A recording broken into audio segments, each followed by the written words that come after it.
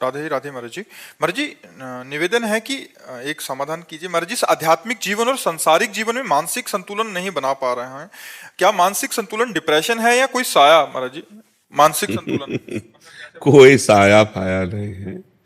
जैसे लोगों को रहता है ना कि बाहरी चक्कर कोई होगा, ये सब भीतरी चक्कर हमारे द्वारा जो पाप कर्म होते हैं वही हमारे मन को जलाते हैं, वही हमारी बुद्धि को भ्रष्ट कर देते हैं, और कोई नहीं।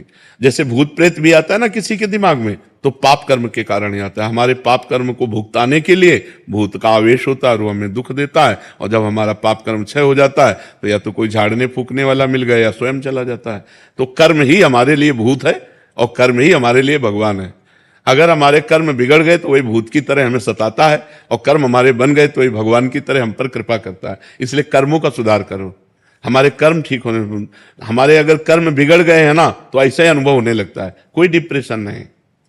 पहले स्वीकृति करो, नहीं तो अगर किसी आदमी को 20 बार 20 लोगों को तैयार कर लो अलग अलग, और उसको यार तुम डिप्रेशन में पहुंच गए क्या, नहीं नहीं तो नहीं, हमें तो लग रहा है तुम डिप्रेशन में हो, और चला जाए।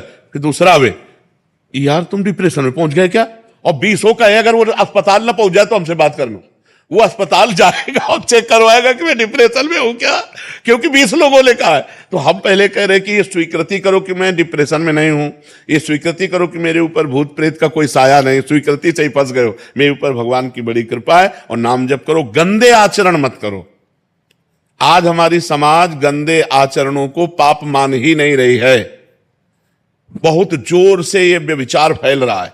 ये जो व्यभिचार दोष है बहुत जोर से फैल रहा, चाहे स्त्री हो चाहे पुरुष हो, सबके दिमाग में एक ही बात नाच रही है, बस भोग भोग भोग संसार।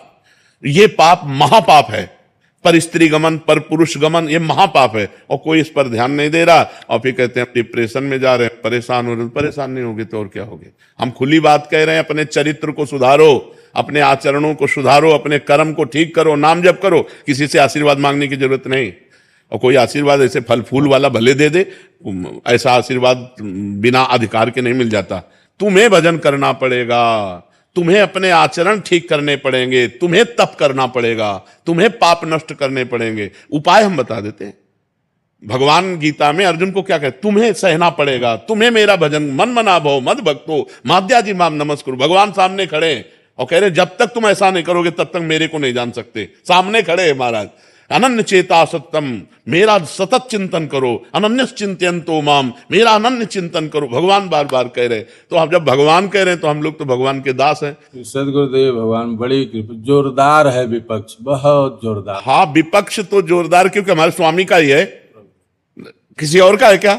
हमारे स्वामी। तो सोचो, जिसकी एक माया शक्ति इतनी जोर की है, उसकी कृपा शक्ति कितनी जोर की होगी। प्रभु पहले वो कहते थे, अब आप अरे अब ऐसे ऐसे ऐसे थोड़ी का बोला जाता है जैसे तुम मंत्र बोल दिए, मंत्र ही नहीं मिला तुम्हें, तभी तो दुर्दशा है। आप कभी मत बोलना, आप बता दो, वही करेंगे। हम तो रोज चिल्लाते ही रहते हैं हम एक बात बताते हैं, दिल भर लगे ही तो रहते हैं, इसे भी लगे रहते हैं कि भाई सुधरो, भाई सुधरो, मंगल हो तुम्हारा। राधा राधा जपो, राम राम जपो, कृष्ण कृष्ण जपो, हरि हरि जपो, जो मन आवे सो जपो, लेकिन जपो और आचरण पवित्र रखो, खान पान पवित्र रखो, बढ़िया आनंद आ जाएगा जी।